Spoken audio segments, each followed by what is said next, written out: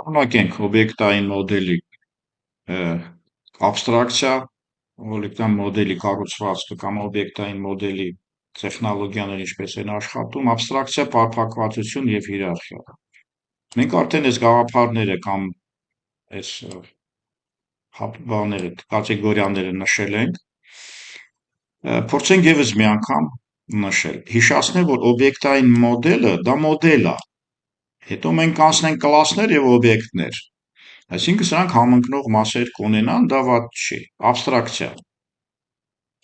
Ինչն է հետաքրքիր, նույնիսկ կարելի առաջի տեղերում դնել ինչ-որ առումով, օբյեկտ օրիենտիդում հիմնականում սկսում են ինկապսուլյացիայից, բայց եւ այնպես։ Ուրեմն աբստրակցիան չտենասելու տալու որոշ հատկություններ լավացնելու, որոշ հատկություններ անտեսելու տեխնոլոգիան է։ Դապես էլի մարդուց է գալիս, մարդը աբստրակցիա անում իր շրջապատը, հեշտացնում ամեն ինչ չընկալի չհաշվի տեխնոլոգիան, տեսնում է այն տվյալ բնագավառում նկարչությունից մինչև տեխնոլոգիաներ։ Եվ այդ մասում ինքը փորձում է կենտրոնանալ իր էներգիան ուղղորդել այդտեղ։ Ծրագրավորման մեջ, հենց օբյեկտային մոդելի այդ ուրեմն բաժնում աբստրակցիան նույն ձև արտապատկերվում է, որպեսզի որոշ առանձնահատկություններ կարևորում ենք, այստեղ կարևոր բառն է գնաց։ Պարզ այստեղ միանգամից մարդկային էլի էությունների օգտվելու տեխնոլոգիան է լինում, վերևի նախորդ դասում ասացի, որ օբյեկտ օրիենտիդի մոդելի կամ օբյեկտ օրիենտիդի տեխնոլոգիաների ամբողջ էությունն է, որ մենք հոմո սափիենսից օգտվում ենք իր օբյեկտային մտածելակերպից, ձևերից եւ իրականացնում ենք որևէ տեխնիկական միջոցով։ Շատ լավ, առաջնային երկրորդային համակարգը դա աբստրակցիայի նույնպես գլխավոր տեղերից է, չնկատել, երկրորդական ստեղծել, աբստրակտ կլասներում նույնիսկ կոնտրակտ լինել, այսինքն ստիպել կատարելը, որը որ տեսեք այստեղ պայմանագրային մոդել անվան տակ կմտնի մեզ մոտ, ստացվում է, որ ծրագրավորողը ուրեմն որոշ կարևորությունների մեջ մտնում է, որոշ կարևոր էությունների մեջ մտնում է հասկանալու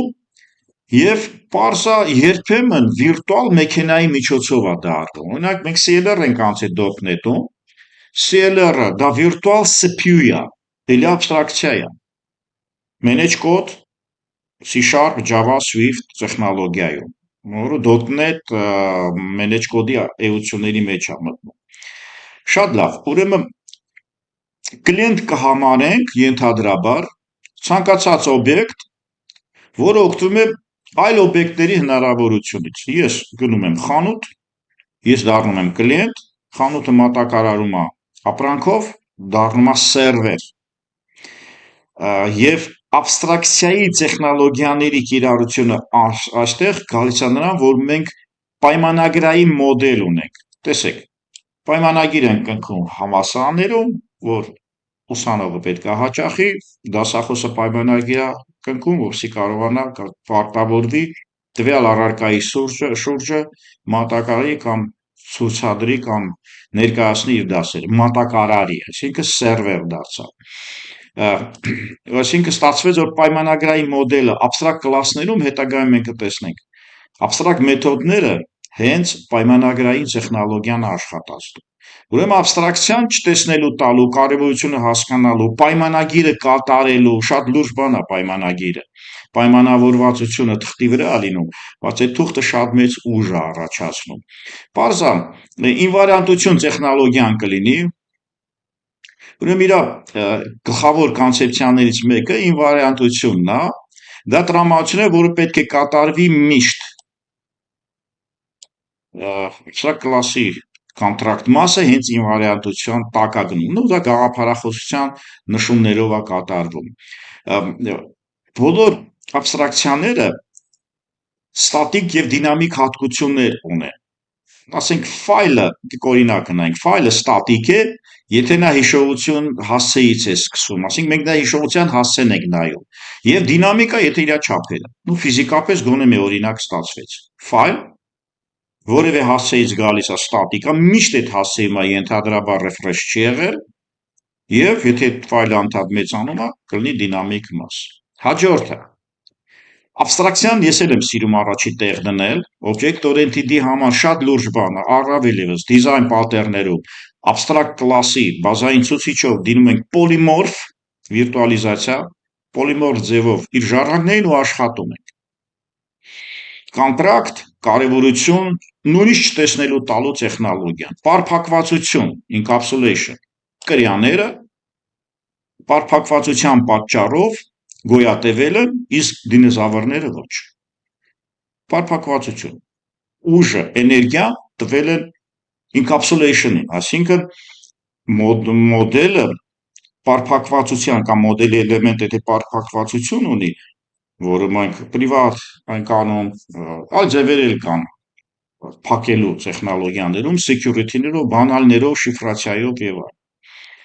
Այսինքն մենք բարդ համակարգերը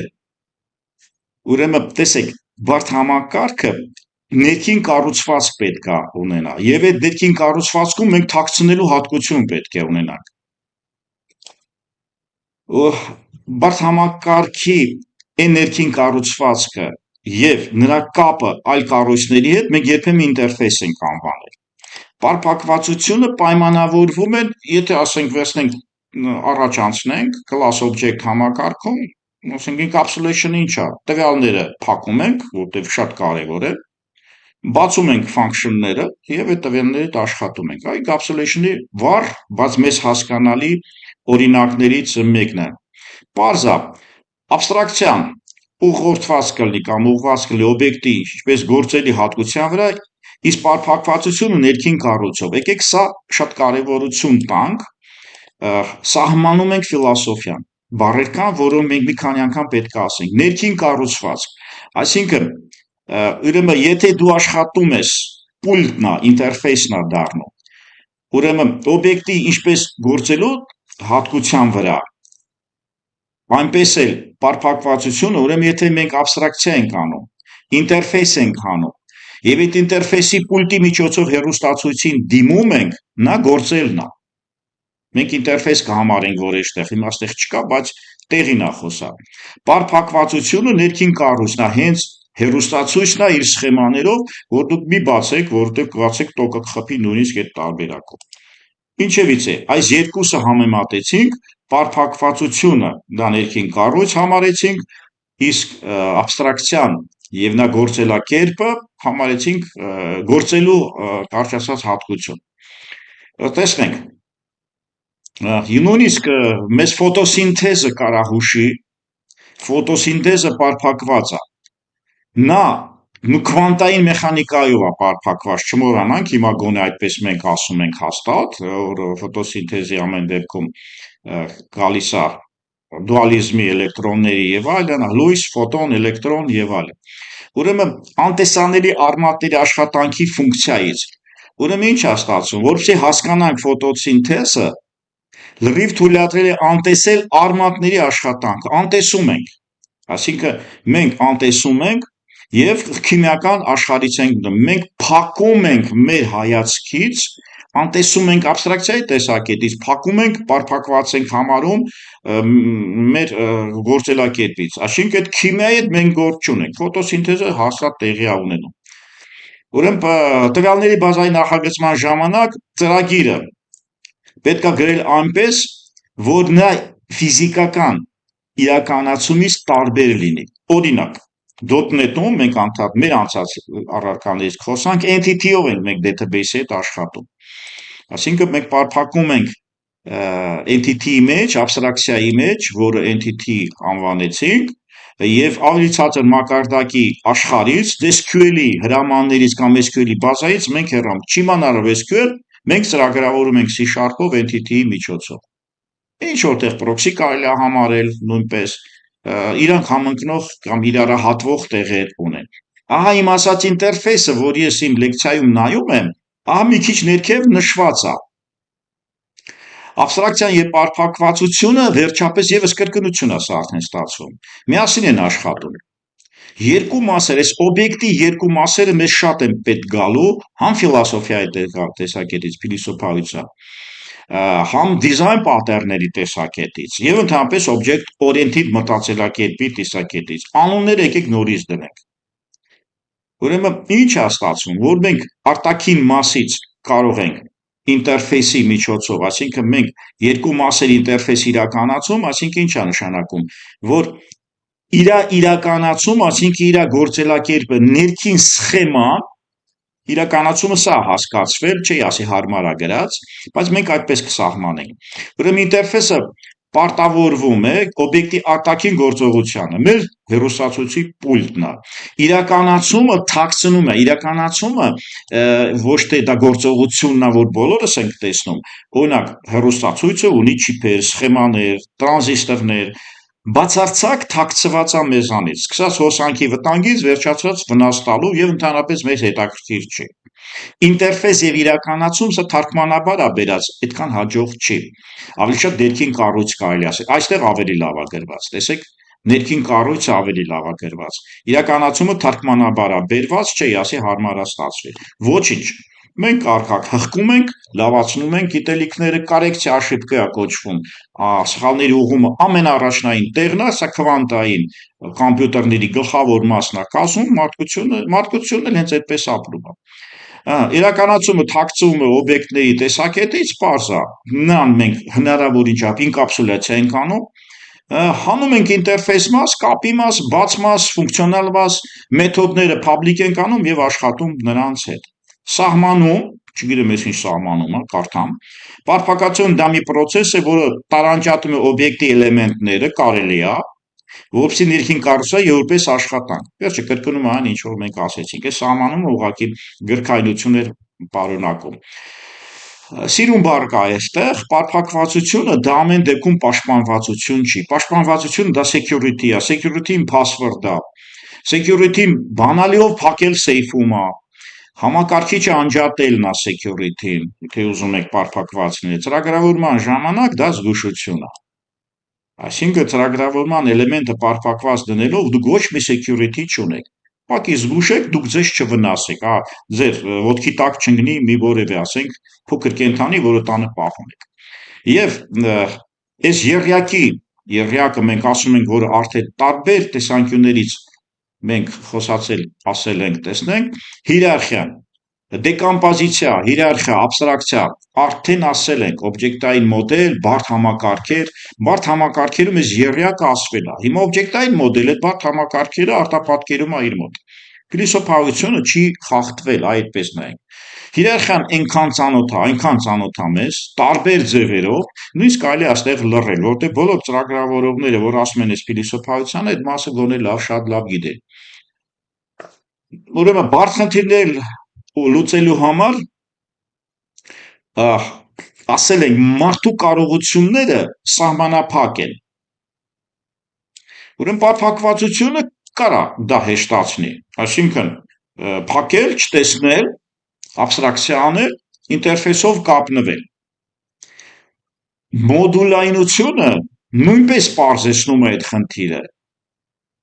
Ուրեմն բավարար չեն։ Եվ երրորդը, որ վերնագրին հարիր լինենք, հիերարխիկ տեխնոլոգիան պարզեցման լավագույն ձևերից մեկն։ Այսինքն օբյեկտային մոդելի մեր վերնագրի երրորդ էլեմենտը, որ օբյեկտային մոդել ենք անվանում, արդեն բարդ խնդիրները բերել ենք օբյեկտային մոդելում կկրկնենք, եւ այդ օբյեկտային մոդելում մենք կարող ենք ասել, որ սահմանափակ հոմո սափիենսի պատճառով հիերարխիալոգիան դառնում է պարզեցման ձևերից մեկը։ Շատ լավ։ Պարզ աբստրակցիան այստեղ կկարգավորի տարբեր մակարդակներով, հիերարխիան տեխնոլոգիաներ ունի, հիերարխիան շատ բաներ կունենա, մենք մեզ գալիս է ապագայում կանցնենք կլասների օբյեկտներն է հիերարխիայի մեջ գտնվում, բայց կլասների եւ օբյեկտների տարանջատում կանենք, ասենք, եթե հիերարխիա կլասների մեջ դա is է, եթե օբյեկտների հետ է կապված հիերարխիան դա part of է։ Part of-ը դա կոմպոզիցիան է, is-ն դա ժառանգականություն։ Ու կոմպոզիցիա ագրեգացիոն տեխնոլոգիաները, որ դիզայն պատերներում շատ հզոր ձևով անցնում ենք։ Անուններ են, ոչ ավել։ Եթե ես փոքր ձևով երես մի անգամ կրկնեմ, ապա ստացվում է, որ հիերարխիալոգիան տվյալ օբյեկտային մոդելում երկու մասնավոր դեպք ունի։ Ընդհանրապես խորհրդատերում հարգելի ծրագրավորողներին ասվում, որ թե կարող եք դուք ագրեգացիոն կոմպոզիցիայով կատարել հիերարխիալոգիան, ապա ժառանգականության մի դիմեք, ինչու՞։ Ժառանգականությունը դա գրաֆ է, գրաֆը մաթեմատիկա է, գրաֆը ստեղծում է բազմակապ ցանց աշխատատար process, ծանր աշխատում ծրագիրը։ Օրինակ ասենք մեքենայի մեջ, ավտոմեքենայի մեջ Sony player-ը դա կոմպոզիցիա է։ Էլեկտրական կամ ոնց է, էլեկտրոնիկայի բաժնից է։ Իսկ մեքենաշինությունը էլեկտրոնիկայի բաժնից այդ առումով հեռու է դենա player-ների մեջ է մտնում։ Սա ուղղակի հիշեցու։ Ուրեմն ժառանգականության ժամանակ պարզ է, ընդունում ենք, որ ավելի բարձր աբստրակցիան թող լինի ավելի բարձր, վերև կանգնած, գրման ձևերից է, օրինակ, ասենք, եթե կաթնասուններ, հետո գալիս է եսի մինչեր, հետո մարդն է գալի գուցե, ասում է, որ դու գրման ձևից կախված ժառանգականություն տեխնոլոգիան է գալիս, որը որ գրման ձև է։ Ուրեմն եւ մենք ոնց որ կրկնում ենք որևէ լեզվի class object հարաբերությունը։ Այստեղ ոնց որ չգիտես ով է ումից շուտ առաջացել, բայց սա մենք մոդել ենք համարել, այսինքն սա ոնց որ ֆիլոսոֆիա։ Բայց մեկը մեկի ինձ համար հեշտ է, երբ որ խոսալ դրա հետ։ Նու պարզ է, եթե հիերարխիան կա, ժառանգականությունը կա, ապա ստացվում է, որ գուցե մենք կիսաձևով արգելենք, այսինքն encapsulation կատարենք, բայց հիերարխիայի արանքներում։ Այո, տենց բան կա, ժառանգականության ժամանակ protected եք դնում, կա internal protected, կա private protected, եթե C#-ին վերադառնանք, տեխնոլոգիաներ են, որը C#.net-ում եւ C#1-ում մենք անցել ենք։ Ինչևից է, մասնակի թույլատրության աշխատանքներ հիերարխիան մագլցելու, ցուցադրելու կամ կտրելու տեխնոլոգիաներ։ Պարզը հանկարծ որևէ լեզու բազմաժառանգում է տալիս, C#-ը բազմաժառանգում իմպլեմենտացիա միայն ինտերֆեյսով է տալիս, ես անդադ C#-ի եմ տանում մեր անցած առարկաների հիմքի վրա, պատճառ հետևանքային դասավանդման կապ կա։ Բազմաժառանգումը ցանկալի չի, C++-ում կա կլասների բազմաժառանգում եւ իսկապես այնտեղ պարադոքսներ կա, վիրտուալացնում են, շուտ խնդիրը լուծում են։ Որոշ լեզուներ, ենթադրաբար C#-ը թույլ է տալիս, դա արգելում է ավելի շուտ, թե թույլ է տալիս, այ արգելում։ Ուրեմն հիերարխիայի ժառանգականությունը առանձին թեմոլոգիա էր, արդեն վերևը նշեցինք,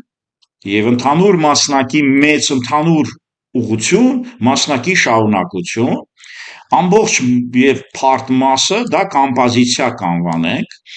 նու կամ ագրեգացիոն տեխնոլոգիա։ Այնպես օբյեկտ-օրիենտիդում շատ դեպքերում ընդհանուր ագրեգացիա են ասում։ Նու կոմպոզիցիան հնարավորություն է տալիս, որ տիպերը կամ եթե ասենք մոդելի մեջ մաս կազմող տիպերը միմյանց հետ կապվեն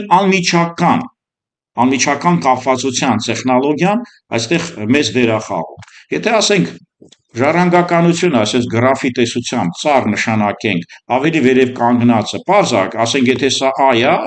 նու գրման ձևը երևի Java-ում ուրիշ է, C#-ում ուրիշ է, այսա կլինի ժառանգականություն inherence, այս կապը, սիրում են ասես ռոմբիկ դնել, ռոմբիկ եթե UML է, ստացում է, այս կապը հորիզոնական կամ ոչ հիերարխիկ կապվածության ծառի ցանց է դառնում, էլի, այս կապը կհանվանենք ագրեգացիոն կապ, ագրեգացիա, կամ կոմպոզիցիա, կոմպոզիցիա, եթե C#-ի տեսակետից նայենք, ագրեգացիան հղումն է տալիս, ռեֆերենսն է տալիս միայն, ագրեգացիան նյուն ավելանում է եւ օբյեկտն է տալիս։ Սա թռանք ավելի շուտ գնացինք ավելի մանրամասը ծրագրավորման մակարդակ։ Պարզ է, ուրեմն սկզբունքորեն կոմպոզիցիան ագրեգացիան թույլ է տալիս տարբեր տիպերի հետ աշխատել բացարձակ իրարից հեռու, ոչ նույն ընտանիքից։ Մեքենաշինության ավտոմեքենան կոմպոզիցիա ունի Sony Player։ Իսկ ժառանգականության այդ խմբերը հեշտությամբ տեղավորվում են տարբեր մակարդակների աբստրակցիան ու պայմանավորվեն, որ տարբեր մակարդակային տեսակետից կդիմենք ժառանգականության, իսկ անմիջական կապերի համար մենք կդիմենք կոմպոզիցիային։ Կոմպոզիցիա ժառանգականության տեխնոլոգիան շատ մեծ տեղ ունի օբյեկտային մոդելից վերցված եւ իրականացված OOP դիզայն պատերներում։